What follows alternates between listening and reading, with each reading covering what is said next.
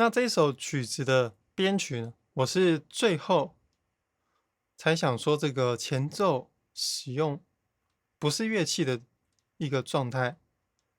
我们的前奏呢，我是使用一个环境音，那我是想用打雷跟雨声，所以呢，我就找到打雷跟雨声、闪电，没有闪电看不到，然后跟水滴声，那我就组合了这样子的前奏。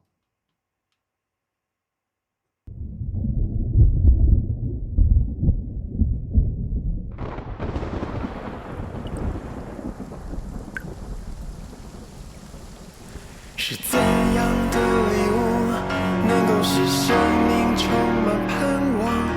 是怎样的力量让每颗好，那这个就是一开始的一个闪电打雷，然后这三个就是水滴。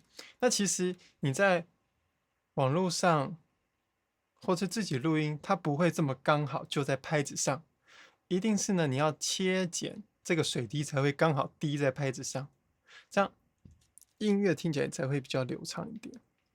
所以呢，很多好像好巧哦，都不是很巧，都是人的用心，没那么巧，就刚好在拍子上就刚好有声音。然后这个雨呢，这个雨声就是慢慢进来，然后做一个慢慢退场。那前后呼应，你看我的曲子最后也有这个雨的声音呢，就是做这个呼应。我们听一下最后面一点点而已，它这个雨声很小，一个感受而已。放是盼望，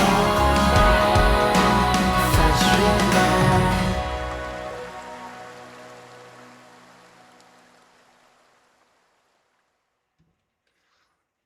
好，那之前还有想要再加一个打雷什么的，但是呢，后来就没有使用，打雷太多了。所以这个就是音效的部分。